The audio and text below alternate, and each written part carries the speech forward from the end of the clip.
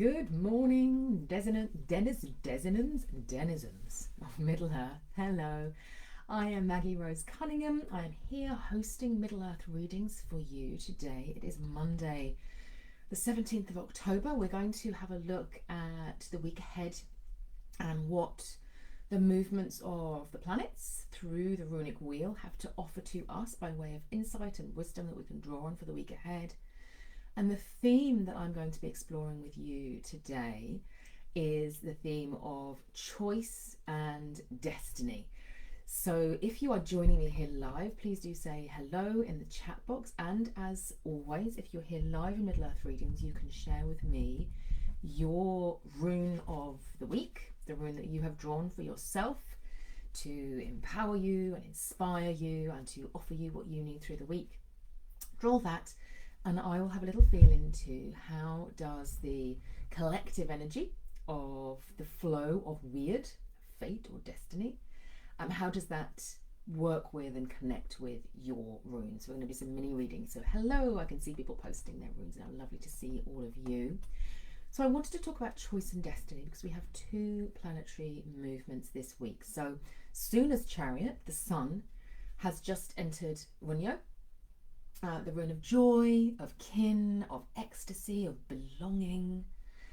Really lovely rune. It's the W or the V sound. It can be a sort of soft V sound.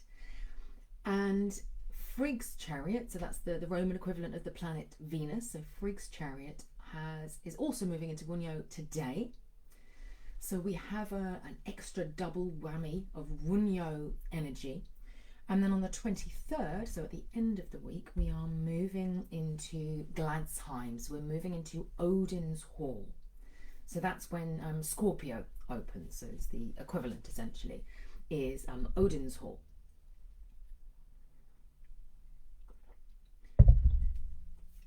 Now, in thinking about choice and destiny,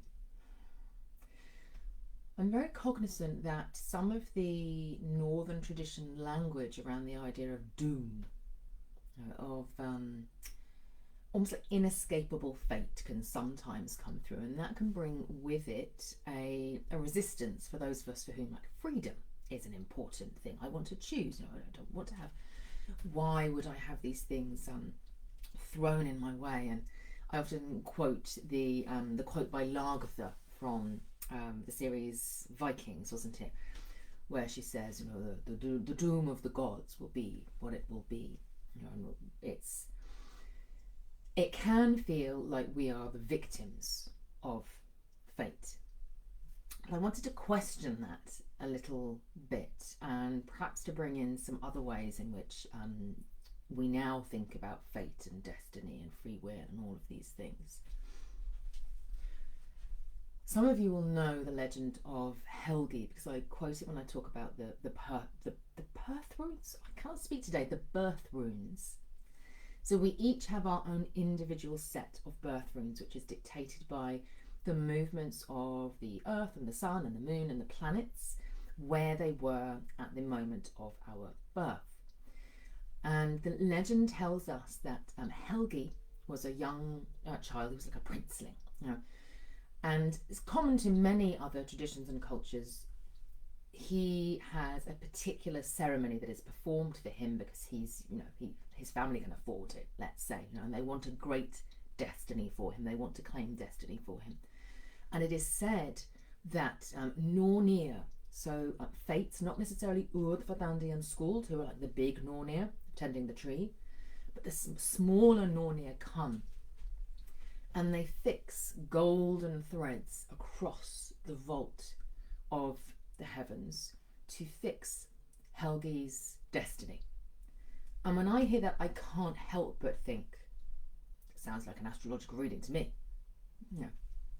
Fixing these golden threads and fixing them and thinking about where the stars were at the time of his birth. That's certainly what always speaks to me about it. Now, just to say, when we think about runic astrology and the birth runes and the system that I use, we do not have an intact, this is what our ancestors did for astrological purposes. We have calendars, and we know that time was incredibly important and that it is embedded within the birth runes, within the runes themselves. time, space, the stars, all of these things, hugely important, but we have no intact system. So the system that I used was devised by Nigel Pennick back in the 1990s, early 1990s, and is, to my mind, the best system, the closest recreation we're ever going to find of what our ancestors may have used. But back then, it would still have been incredibly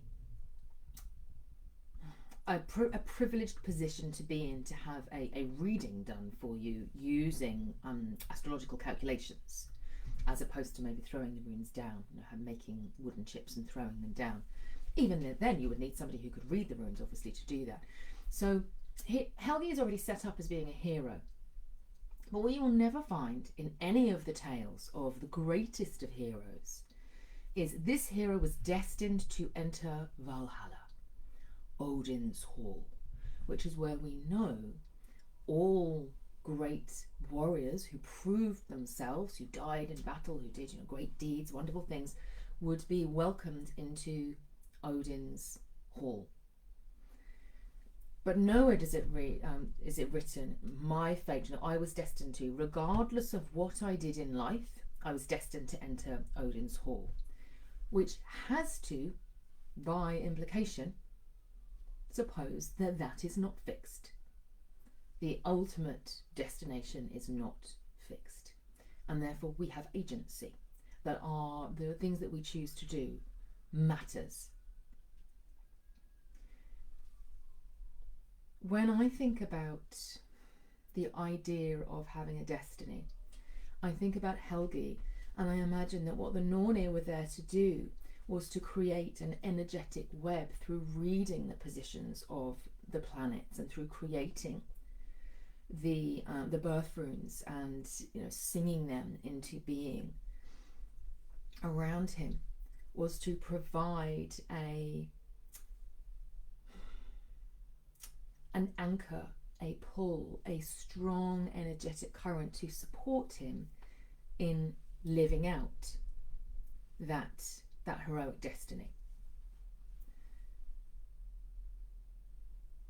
And so then our birth runes become less predictors of fate and more help, guides, that are going to get us to the destination that we want to go to. Now, this is another caveat for me, is we often think about destiny, the word destiny often suggests a destination. I'm going somewhere, this is where I'm going, this is my destiny. But to me, I always think about, we get to the end. Imagine Helgi at the end of a long and illustrious life. He's done all of the things and the birth runes have guided him well, and he gets there, maybe to Valhalla. He opens the doors wide, and as he does so, he looks back and he realizes that his destiny was never Valhalla, because it wasn't written as that it was going to be. His destiny was who he became while traveling the road towards the thing, the destiny that he felt calling to him. So when we think about our destinies, that call of destiny, it might change, it might evolve over time. But the question that I would ask you is, what makes up the destiny that you are moving towards? What are the values that you hold, that you want to embody, so that in those key moments when you have the decisions that you need to make, that is the forging of destiny over time. Fate may put things in our way, but it will be how we navigate them that creates our destiny. So some little nuances to think into there. Frigg's Chariot in Wunyo, this rune of joy, asks the question, or rather it's a statement, all this I would give up to be united with you. And this reminds me of, we can imagine Helgi on a different path. Perhaps, he didn't have his birth runes read for him, he didn't have that energetic support, and therefore he followed other advice and guidance around what makes a great destiny, and he thought, riches, fancy car, a whole array of certificates upon my wall. These are things that life has informed me tell us how successful we are and that we are heroic in that sense. And yet, if we feel into that and we say, what does joy feel like? What does the power of Runyo, this power of ecstasy and joy, and where I find it? Do I find it in any of these things? And if you don't, then that achievement is a hollow achievement. We don't get the fulfillment that pursuing our actual destiny, our intended purpose, the one that we choose gladly. Imagine if that which you chose and what the universe wanted for you were one and the same. If the voice inside you saying, this is what I love, was the voice of spirit speaking through you, what would be possible for you then? So this is the invitation that Frigg offers us with Suna's chariot and Runyo, and then her chariot moving into Runyo and coming towards Odin's hall, this place of symbolic readiness for the next step on our adventures, that point where we go, would I stand shoulder to shoulder with my ancestors? We're moving into that winter period where we connect with the ancestors as well. And when I stand shoulder to shoulder with them, what's going to be important to me to be able to say about my life and what I experienced? And if they could see into my heart and see the joy that was there, and if I got to share that joy that I had experienced through my lifetime with those around me, what would that be like? Okay, so let's have a look at people's birthdays. Now I can see there's some questions about sound. Looks as if most people are saying their sound is okay, which is good because I am on maximum full volume here. I cannot turn my sound up anymore. So I hope that's okay for everybody there. Let's have a look at your runes for the week. So we've got Erica, and we've got Gibo. So Gibo is the rune just before Runyo. So we've got Runyo at the end of the first 8. So literally the first 8 runes. 8 also means family, so 3 families of runes. There just happen to be 8 in each. Gibo is the rune before Runyo. It asks about expectations. It is a rune of partnership, different to the Ewaz rune that comes later in the rune row. Gibo is the rune of codified partnerships. Here we go.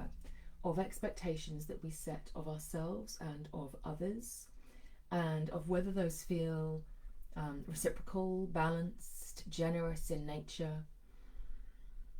And sometimes they need to be revisited. And sometimes they need to be harvested. The Gibo rune, I think, is asking about harvesting in some way. There is a completion that comes with the Gibo rune. I often talk about it that if it's one of the runes where if it goes a bit off kilter, it becomes like the North is rune, which is also a cross, but it's a wonky cross. It's like the threads have been pulled taut. And Gibo to me is actually asking this question, perhaps for you, Erica, about what needs to end. And it might be I need to complete this, but there's also an energetic completion through giving thanks for, through making offerings and symbolically ending a journey, one phase in a relationship, a period of time, connection with a particular space. That there is how can that be completed so that it feels whole? Because Gibo is reminding me that the point of creating expectation is to allow us to be open to receiving the gift of the moment, of what is available to us. So you say to somebody, I'd like a loaf of brown bread, please. And the expectation is that you will receive a loaf of brown bread. And Gibo is saying, that articulation of what's needed, and that you've come to the end of the sentence as well. I'd like a loaf of brown bread, please, full stop, is different to I'd like a loaf of brown bread, please, delivered on Tuesday next week to my mother. Now, when is the sentence complete is what it's asking. It's almost suggesting that when we create this an asking for or an offering, we need to feel energetically into whether we have left that open and whether that feels good, because there's still a tugging, there's still a pulling with the Gibo rune, or whether it's in its wholeness, in its completion. So yeah, it's a different way of thinking about endings, that endings are completions.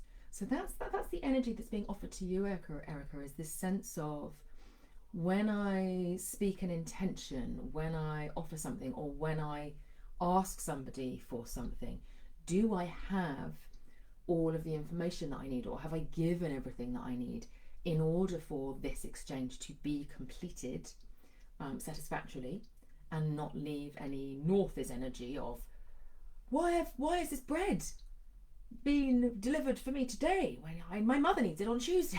You know, it's that's being asked about, is completions that bring fullness, rather than endings or non-endings, things that we just leave open and we go, well, that doesn't feel very good, that didn't quite go the way that I thought. Carolyn, you have got Yera, the rune of the year. It's actually a really nice, there is a shared energy between Gibo and Yera, which is the balance that comes through very strongly with both of them. You can see it in their shapes. Gibo, you can see, has got like two Kinaz runes back to back. They're leaning in against each other, which is what happens when we're in partnership. You can imagine imagine when you do that exercise, when somebody holds you backwards, and imagine when you do it and you've got both of your backs to each other, and then you lean your weight in and you're both supporting each other.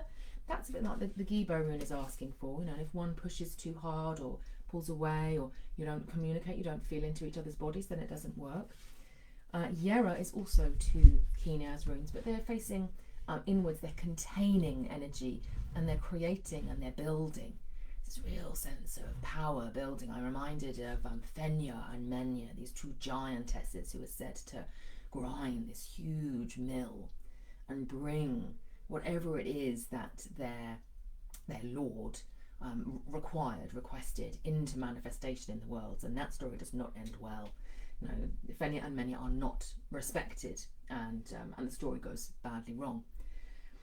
There is an importance of balance and of recognizing the strength that is available to us through deep connection with nature and with fate as well. I think for me, Carolyn, it's suggesting there is a deepening of your understanding of your capacity to manifest what you want out into the world, and to sow intentions that will sometimes come very quickly and sometimes will move slow. And there's an invitation to bring that process that you go through more consciously into your mind and into your planning and the way that you operate. Literally seeing sort of magics that we can perform, where we whisper our desires into seeds, and then we cast them into the earth, or we deliberately perform rituals at, the 8-point wheel of the year, if that's what you follow.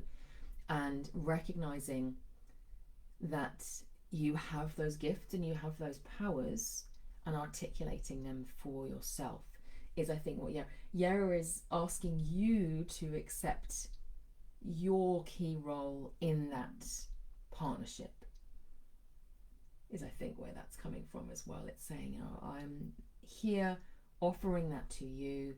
I need you, I suppose similar to the Gibo rune, to articulate that the partnership that you want with me is what the earth itself is offering. It's a real presence, real consciousness to things that you might be doing at a more subconscious level or an instinctive level. It's saying, voice these at this time.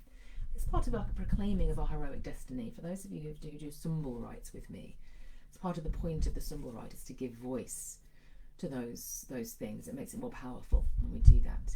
Marie, you have Uruz, also rune in the first 8. Like Runya, there we go, the second rune in the Elder Futhark. We've got our Aurochs, great, mighty, like buffalo-like, bison-like creature.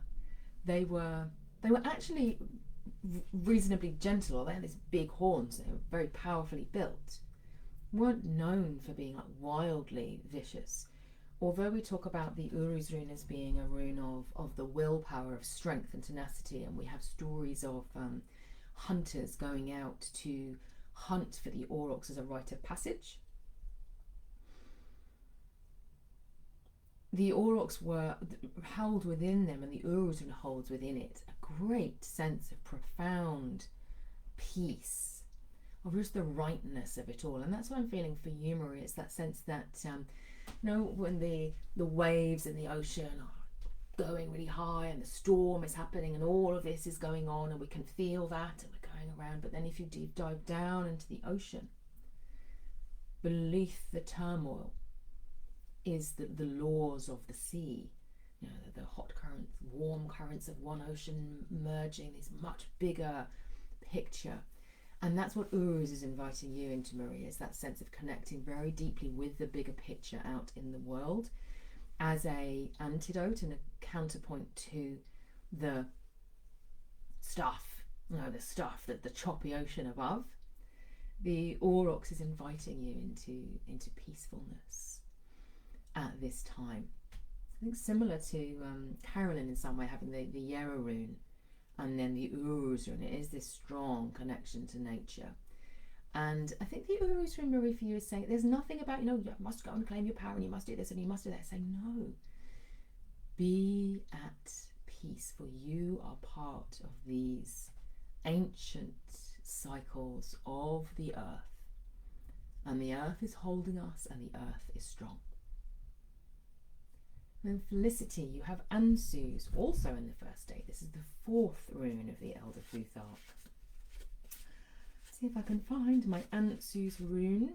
The rune of the gods, particularly of Odin. Its name originates in the idea of an opening, something like in the mouth of an estuary is what's often seen, which is nice because it's a rune that we often think of it as being a rune of air, because we associate Odin is often associated with Hermes and Mercury, and there's that breath, so we get communication that comes through very strongly, and the wind, and certainly Odin is a storm god and he has the wind and the air as part of his, but the water is also part of his deeper mystery as well.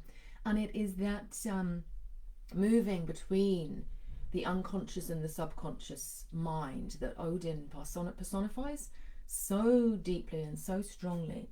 And certainly something that for me is very important within my work is that I believe one of the reasons that the northern tradition gods are surging so strongly, and why many of the earth-based gods are surging so strongly, is this recognition that humanity needs leadership that embraces both the gifts of the conscious mind and the deep knowings and wisdoms of the unconscious mind as well, that we need to be whole, to be feeling to the wisdom of our bodies and the wisdoms that we hold in the depths with us. And so I think Felicity, what's coming through for me is that recognition of two strands of wisdom woven together within one being, namely you. And how do you allow those two parts of you to weave together? How could you do that more powerfully? How are you already doing it? Again, there's a real bringing consciousness to this. I feel as if it's almost like that preparation that I've been talking about, that glad time is opening to us in the latter part of the week. And Frigg is saying, come, stand, toast, do your symbol rite, shouting Hunyo to the rooftops for who you are, what you stand for. So that's what I'm feeling for you, Felicity, is that sense of looking at how the power of the conscious mind and the subconscious mind play out in you, and the practices that you use to partner those two forms of wisdom together and naming them. Now, Esther, you have Radar, which is very nicely what we've been talking about with the hero's journey. I should say, by the way, this mug obviously doesn't look like a very mystical mug. My choice of mugs is not always the most runic. This mug I've had since I was 10 years old, though. It's an old mug. This is my first ever mug. My dad used to bring me my milk in bed in this mug. So it's an ancestral mug, in case you're wondering. It has teddy bears on it. How does that tie in with the Rado rune, Esther? I think maybe I just needed a bit of an energy change there. There is something, though, about looking back over the road travelled at this point, and maybe looking a little bit further back. Perhaps there is some, perhaps my teddy bear mug was calling me to say, Esther could do the same. Let's look back into the past. With the radar rune, we have that rhythm of moving forward. It's the road, it's the rune of the road, it's the rune of rhythm, it's the rune of ritual. But it also asks us to look at the road behind as well, and it reminds us that our ability to travel wisely, to choose our destination, to offer our gifts to people along the way to make our journey easier and more potent and profound, all of those things come from the road that we have travelled. Very similar to what I was talking about when I said we think our destiny is the destination, but when we get there, we realise that our destiny is the person that we have become while travelling the road. And for me, Esther, that is what is being suggested and offered at this time. Perhaps for a longer period than a week even, is a claiming of your soul road.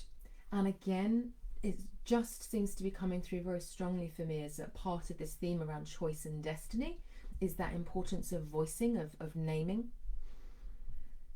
What were the key pieces? If you were to see your life as an epic film played out in a film reel of your life, what would be the snippets that you would choose to create the heroic film that you would play to your chosen people?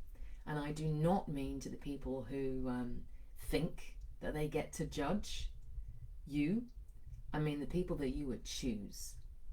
What's the film that you would love the most delicious, soulful, magnificent audience of people to come through and watch the film of your life with you? What are the things that you would share then? So, radar rune, film of your life, there you go. And Candice, you've got the rune Athala, the rune of the ancestors and estate and inheritance. So interesting that we have been looking at the soul road behind with that. And that it's reversed. I'm finding the Athala rune. I'm seeing a fire. It's the fire burning. And it feels as if the fuel for that fire, as I'm watching the fire, is deep within the earth. Sort of mystery fire to me. It's coming from the earth itself. Here we go. Here's our Athala rune. So when it's the right way up, it looks like this. But Candice's is this way up, and so I'm seeing is the flames here, and this treasure here is under the earth. I'm wondering whether it is to do with that sense in which sometimes the part of us that we share, the flame that we share, is I want to say illusion. I'm reaching for something, Candice, and I don't want to get it wrong for you, because I can see the visual very clearly. Okay, yeah, there we go. So it's not you are not the fire. That's what I was looking for. You are not the fire. This is opportunities in your life, what's happening in your life at this point. And you might see it as you've got this little flame of possibilities, things that you might be doing, a project that you might get involved with, or somebody that's offering you something, or a calling. There might be a calling to travel, or to reconnect with your ancestors in some way, to take a journey of some description. I'm picking up perhaps on the radar, but I'm feeling that it's an invitation.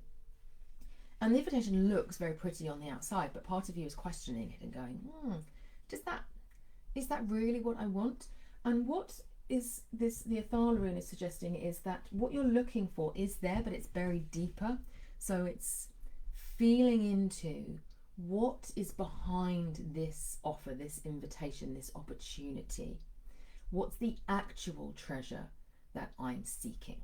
Not the shiny thing that the person tells me is that, that's what this, look at this, that's great.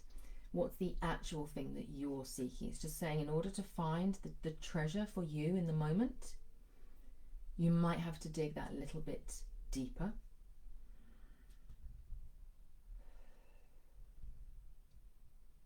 And there might be a little bit of resistance to that, not from you again, but there's an unlocking. That's what I feel like. There's an unlocking here, perhaps a vulnerability that comes from, if this is another person, or you're going off the beaten track in some way. If you're going on a journey, it's just that little bit harder to do the thing that you want to do. It's a bit like if I go to an art gallery and everyone is going in this direction, they want to see that painting, but I want to go and see the one that's behind the locked door over there that I'm going to need to get special permission for. How do I do that? And it's saying, like, trust your gifts, trust your instincts, go for it. If you need to, enlist some help. Don't be put off if it feels a little bit hard. It might be that there's a bit of like a nut to crack to get to the juicy gift underneath, but don't just assume that either there's nothing there for you or that it's going to be too hard. A little bit of digging is required, a little bit of elbow to the grindstone, is that a term? You know what I mean? Yeah, putting some weight behind it to get what you want there. Diane, we have Yera for you. So we've already covered Yera a little bit, so I'll just have a little feel into whether there is anything that's coming through from the Yera rune. The Yera rune for me here is offering it's around mini cycles of energy. So when we think about Yera, because it talks about the year, we often think about it in terms of I'm in this season, and in order to think a year ahead, I'm going to need to think about what's going to be happening in autumn 2023, and I'm seeing that whole year. And what the Yera rune here is saying is, actually, my mysteries are found and can be found through shorter moments of time, not like the Dargaz rune, which is the balance and tends to be drawing us forward. It's about energy cycles. That's what Yera often comes through, is around energy cycles. So it's saying, think about your energy as the wheel of Yera, that there are periods of like summer, of spring, summer, you have more energy available to you. And the minute that you've had that you want to dip into the winter, into the rest cycle, the deep rest cycle, and wait in there before you rise back into a spring summer cycle, and then intentionally, right, moving back into autumn. So it's, again, so much about intentionality here, that it might be that you're already doing this, that you're very aware of, when my energy is low, when it's feeling a little bit better, but it's bringing that intentionality and that energy of Yera and allowing the Yera rune to support you in that, so that you consciously say, right, I'm moving into a period where I'm going to give a bit more of my energy out at this point, and I'm calling on the Yera rune to do that for me, and be feeling it in the belly a little bit, and breathing into that deep summer energy. It's a very grounded energy, Yera. And then going, okay, I'm just very cognizant of when will autumn be coming. I can feel the leaves starting to fall. Maybe I'll get that little bit of a blaze of extra energy at that time. And that's the note to me that winter is starting to come. So how can I release? And I'm going to ask the Yera rune again to help and support me and to become a protector around me, protecting my energy and helping me to draw my energy back inside. Stay in there. Oh, I'm feeling the urgings of spring. That's really nice. Just a few shoots. We're not going straight into summer. A few shoots. Yera rune, help me with this. Help me to feel into this so that I can move back into summer. So it's working with the Yera rune as a partner in energy management is what's coming through for me, for you there, Diane. So I hope that's helpful. Lisa, you have Isa, the rune of ice.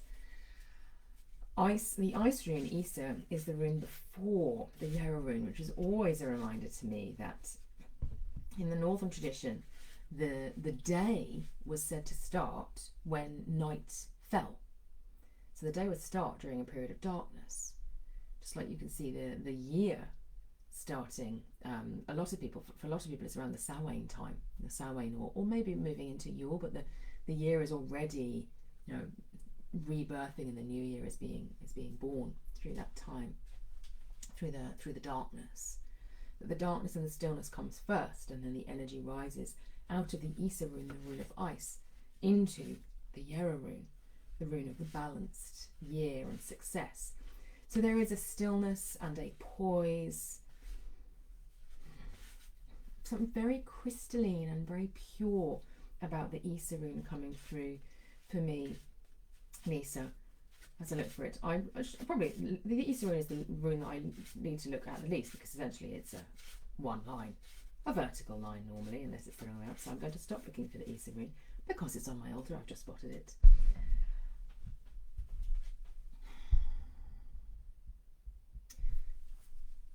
When we have the Easter rune poem, one of the Easter rune poems talks about crossing a bridge of ice, and it says, the blind man needs to be led, and there is a real sense of presence that I think the Easter rune is inviting you into, Lisa. That sense when, if you imagine this beautiful ice bridge that you're going to be crossing, and the way in which you would cross it, slowly and carefully and very mindfully, with full attention on where your feet are connecting with the earth.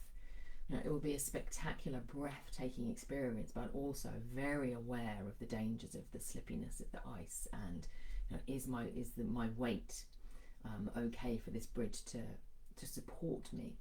The crossing of an ice bridge requires us to be in absolute presence in the moment, to be listening for the cracking of the ice, to be distributing our weight as we move forward, and to not be doing the sort of like hesitant or stompy steps, to be placing our weight and then moving through our body and onto the next one. And it's saying that this isn't you're blind and you need to be led one. It's saying actually lead yourself. Allow yourself the time and the space to feel that sense of leading, which is careful and thoughtful and present in the moment. So anytime you're feeling, oh, I'm going down, just imagining yourself sort of on that ice bridge for a moment and just slowing your body down that little bit. Breathing in the way you would breathe if you were on an ice bridge. Really into the belly is what we're looking for there. Oh, very energetic, that Easter rune for you, Lisa, so I'm going to leave you with the Easter rune to play with it. Suzanne, you have brought the runes of people there. So you have Largus, the rune of water, the rune of flow, the rune of cleansing, really bringing in that need for a lot of cleansing of your own energy field through the course of this week. Some old stuff coming through, I'm feeling there as well. Not necessarily yours, things either that you have been carrying for a while on behalf of others, or possibly just a sense in which, I've talked, I don't want to go completely off topic. Well, yeah, I'll mention it. I learnt the term, which I didn't know before, the term phoenix phasing at a retreat that I went on last week. This sort of idea that we go through these uncomfortable periods of time because we're transitioning, we're transforming. And I know a lot of people who have been going through phoenix phasing. It feels awful, the energy feels terrible, and then you shift and you go, oh, that's okay, but I feel different. I feel as if your energy has shifted, and therefore stuff that probably wouldn't have been attracted to you before, and this feels like ancestral stuff, that was sort of sitting there, is suddenly paying attention and going, oh, well, she could help. And there is an invitation that the Largus rune is offering to say, actually, for some of this, you don't need to bring any thought to this. You don't need to find out what this means, what it's for, because it's not yours, it's not part of your story. There is nothing for you specifically to learn about this, other than perhaps a even deeper connection into your own healing abilities. And working with the Largus rune will help you to do that. It's almost like... I know that Easter is a really powerful rune for you, and I'm aware that we had it just before yours, so I'm still feeling into it a little bit. Almost like cracks, or not even cracks, like deliberate doorways or portals within the ice have opened to allow the water to flow through, and the ice remains intact and stable, but the water is allowed to flow through it, and in so doing be purified and cleansed in a way that wouldn't have been possible before, because that stuff would have got stuck in your energy field. And it's saying, actually, now I have the capabilities to allow that to flow through me without me picking any of it up. So working with the ice and the water, maybe a little bit of fire energy as well to sometimes melt away the ice if you do feel like, that's feeling ever so slightly like I've picked up on something that somebody else is. So it's a new level, it's a leveling up, I think, Suzanne, or a recognition that that's happened already, that Lagis is offering. Ren has Tewaz on its side facing right. Tewaz rune looks like a little arrow. It's capital T. Tia's rune, the rune of the warrior king. He was the king at one point, becomes a warrior, then he becomes a priest. So facing right, that's my way, right? I don't know what it is on your screen. So the Tewaz rune, when we get it in readings, when we have a number of runes, if you're doing a rune reading and you scatter the runes down onto your cloth, can be seen as pointing, sort of saying that way, go over there, often towards another rune. It's saying, if you follow that rune, it's offering that as being, here is your focus. When it's on its side, it can mean, and it's on its own, it can mean a stilling of that energy and need for rest and replenishment. But I'm feeling something a little bit different for you, Ren. I'm actually seeing a warrior lying down. You know those sarcophaguses that they get, where you've got the carved person, almost like a Knights Templar type image, and he's lying on his plinth there, and this is his body underneath. This is a little bit macabre, isn't it? We'll see where this is going to take us, Ren. His body's underneath, and then the stone legacy bit, the bit that people see, is on the top, lying there with its great sword. And I think maybe this is going all the way back to what we were talking about with choice and destiny, and this,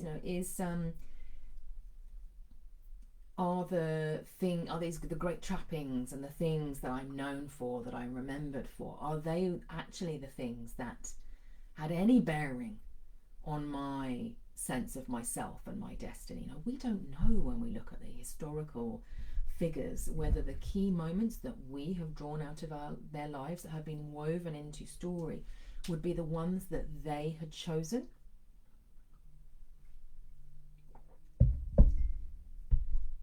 And I feel as if there's almost it's a quite playful invitation. Maybe perhaps that's why Tia was like, yeah, you can have a bit of a macabre warrior buried thing going on, because it's a playful invitation for you to feel into ancestral story, or stories that you have received from family or from friends, or maybe even about yourself, and to say, okay, there's a story that's there, that's been left in the stone, that's been carved in the stone, and then we're all going, oh wow, that person was amazing, or great Aunt Ethel was a bit of a pain, she was a bit of a drinker. I don't know where that came from. I'm not suggesting that's your great Aunt Ethel, but these stories that we hear about our neighbours, about our colleagues, gossip can turn into the things that we carry about other people. YouTube can turn into the story of things. I don't know why I chose YouTube. It's much more like maybe TikTok and other things now, but you know what I mean. We are constructing stories about each other all of the time, and here is saying there's a place for that. There's a place where society creates story that is edifying or not, in the case of some of these, but there's also the truth underneath. And we do get to change the story sometimes. And we do need to be aware of the consequences when we do that can be disruptive and challenging and difficult for us. When we hear the story of why it was that great Aunt Ethel was the way that she was, why did she drink, some trauma in her past that we were unaware of, that creates a whole new meaning for us when we think about that person or that event. And I that's going to be really annoying for you, I feel, but that's what I'm getting, is this sense in which there is always another story, another piece of the puzzle. The web of the past is so much more intricate in its beauty and its complexity than we see through the lens of the written word and the stories that are shared. And there's an offering there, so I'm just going to give that to you, because I'm not getting anything else about the topic, but I'm hoping that will make sense to you. So Nita, you have got Ansu. So we've done Ansu's once already with Felicity. I'll just have a little feel into whether there's anything else coming up for the Ansu's rune. For you. Oh, there's a breath there with the Ansu's rune. When I was feeling Wrens, it felt in some way quite heavy, which was like, it's like that heavy weight of story that falls down upon us. And it was almost like, sometimes we need to play and we need to open to possibility that there are always other interpretations, always other stories to find within. The Ansu's rune is the story maker rune at the end of the day, the story of the breath. It's calling you, I think, into newness and freshness, and almost like imagining cobwebs in the mind. Just say, I want to clear them. Definitely, if you can go out getting actual lungfuls of fresh air this week, that's going to be really helpful. There is a different weight. So when I was feeling Ren with the Tewas rune, it was like that ancestral weight of the sarcophagus, and this is what it means, and look at this, this great hero who may have only done one thing. Maybe they didn't even do it. Maybe their family just paid for it, for them to have this edifice created for them. The Ansu's rune feels more like stories inside the mind, is what I'm getting. And again, I think maybe it's just the way that it's come through. Obviously with Suzanne, we had the Largus rune and that sense of ancestral stuff coming through, and I'm just feeling that quite strongly still, that flow of choosing the ancestral stories, the shared stories that we choose to make meaning of our lives. It might be that actually an opening up to some new stories. If you have books, I'm thinking about Women Who Run with the Wolves, those types of things, that it might be good to ask for tips from people that you trust, saying, I'm looking for something new, I'm looking for some new poetry for my soul, is what's coming through here for me. That's what I need. I need something new to come in. So yeah, ask your community, what poetry of the soul would you like me to receive this week? And then Troy, you have Thurisaz sitting right there on the top, just waiting to come through, the power of the mighty hammer. I've just moved my altar with my Thurisaz runes and my hammer on, and it's feeling good and mighty where it is at the moment. And again, we're talking about shifting, a little bit of shifting energy. So I'm almost thinking about that as being like stead management, like homestead management. Just interesting questions to ask yourself around where are the centers of power in my home? Because it used to be that we knew these things very straightforwardly. In the hearth, the hearth fire was the kindling place of the spirit, and we might have an ancestral altar as well where we would commune with the ancestors. And our houses continue to be built in quite formal ways. Certainly in this country, you would have your reception room at the front, which was for guests, and then you'd have like the family room at the back. And those things have blurred a little bit. We have open plan living, we have like energy shifting all over the place. I'm reminded of the Gibo rune that we were talking about right at the beginning. I think it was one of the first readings that I did. That sense of we as the stewards of our homes have a responsibility for helping the energy in the home to know where it is needed and where it needs to go. And sometimes people will take that on unconsciously. There might be somebody in the home who feels like the leader, or there might be conflict if different people are leading. And I'm literally talking about things like, where does stuff go? Where do we keep our precious things? And it's playing with that in a reverential way, working on the basis that we don't tend to treat our hearths as spiritual entities in the way that our ancestors would have done. To have spirits of my hearth, and this is where these are, and this is how things work. So it's bringing some explicitness to that, and saying things like, where is my place of welcome when somebody comes in, when they cross my threshold? Is there anything there that says welcome as long as you are benevolent, kind, respectful? Now, I don't have one on my front door, actually. I need to get that done because as people know, I've done some shifting and moving over the last couple of years. But I used to have a bind rune, set of 3 bind runes, in fact, that I hung over my doorway to set the intentions for who was going to be coming into my home and how that was going to be, that they would be protected and welcomed. It was benevolent intentions towards them, not just, you're not welcome, name's not down, you're not coming in. So it's those types of things, thinking about where is my welcome threshold, where are our places of intimacy and safety, and how do I connect with that space. So, it sounds like a project. I've just given you their choice, so enjoy that. We'll look forward to hearing about it. Carolyn says, I feel that Wunyo energy and love it. Wonderful. Patricia, you have Ewaz, the rune of partnership, the rune of the steed. There is some speed coming through here. There is some freedom coming through. It's that when you combine the Ewaz rune with the Wunyo rune, you can go wherever you want to do. Feel into the bliss. Make sure that you are really doing that. I set, here we go, there we go, our Ewaz rune. It looks like a mer, it is not a mer, that is the Manaz rune. This is the Ewaz rune, it looks more like a capital E, which is the right way round. This morning with my group who I meet with on a Monday morning, we set intentions, and my non-negotiable, the thing that I want to do for myself every day, is to have a moment of hygge. For those of you who don't know about hygge, you can look in the guide section. We have in the hearth space, we have a guide on hygge, because I was like, this is actually for me. Some people might find it a bit boring sitting by the fire and making cozy drinks and walking in nature with a nice woolly hat on and chatting with somebody that you can just meander through interesting perspective on life. I love that. I love it. It brings me joy. What is that for you?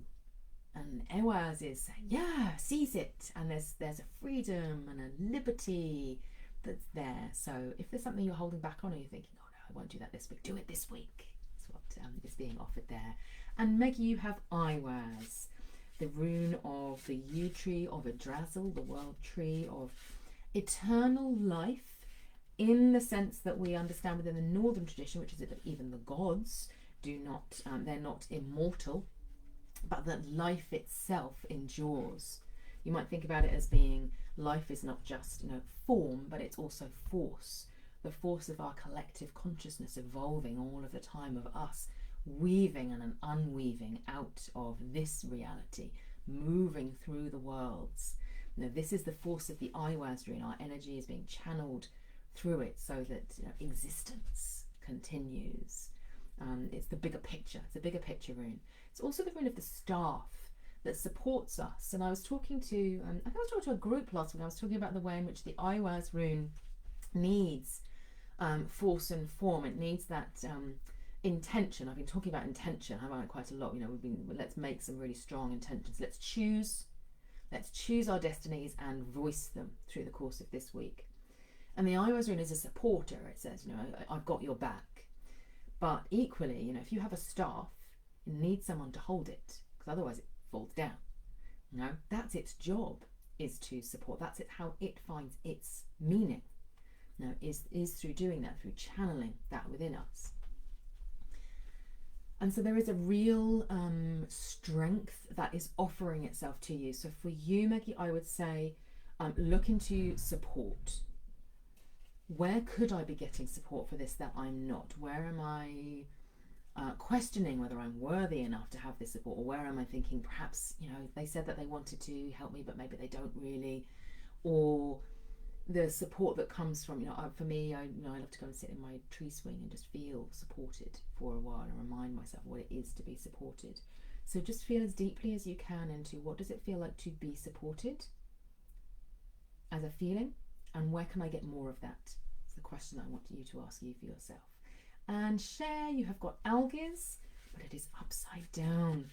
It is rooting itself deeply into the earth. The algaes rune is the rune, sometimes it is the rune of the elk, sometimes as the swan, because it has 2 names. So it's algaes or Elaz. It's one of those ones that it evolved in such a way that it just has 2 names. So it can be the protective Valkyria, the swan maiden, or it can be the fierce elk with its horns up there. There we go, there's the algaes rune.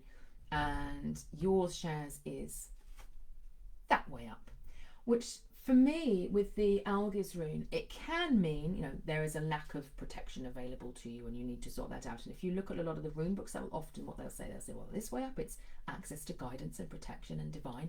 So this way up it must be lack thereof. But it is very rare for me to get that as a reading for this one. What I normally find is that actually it's where you're looking for that support and that connection from is what's important. And instead of reaching upwards and going, oh, to the gods down me, it's reaching down into the earth, grounding within the earth, rooting and connecting. For me, it's saying don't move too fast. Make sure that you feel comfortable. Make sure that, when you go into a new situation, you give yourself that opportunity to ground and to feel comfortable and feel safe. Don't allow yourself to be pushed into anything that you don't want to be pushed into. So I suppose you could say, it's for people who say, oh, there's guidance, you're not protected. You could see that as being influences trying to uproot you a little bit in some way. But for me, it's about saying, rather than focusing on what's happening outside of you, which you can't control, it's what can you control inside, which is that sounds like a great opportunity, but I'm going to need to think about it. So I'll be able to get back to you tomorrow.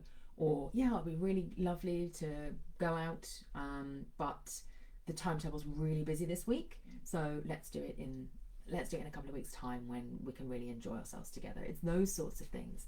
It's going, how can I gracefully just take my stand and remain rooted and firm and not allow myself to be pushed off centre, is what I'm getting there for you with the Algiz rune. Let me see. Erica's saying, completions that bring fullness sounds just beautiful. Yeah, it does, doesn't it? I'm going to continue with that myself. Carolyn says, just perfect, fits completely to my thoughts and energy. Wonderful, I'm really pleased. Marie says, thank you. I felt this powerful reading. I felt into this reading, very powerful. Good.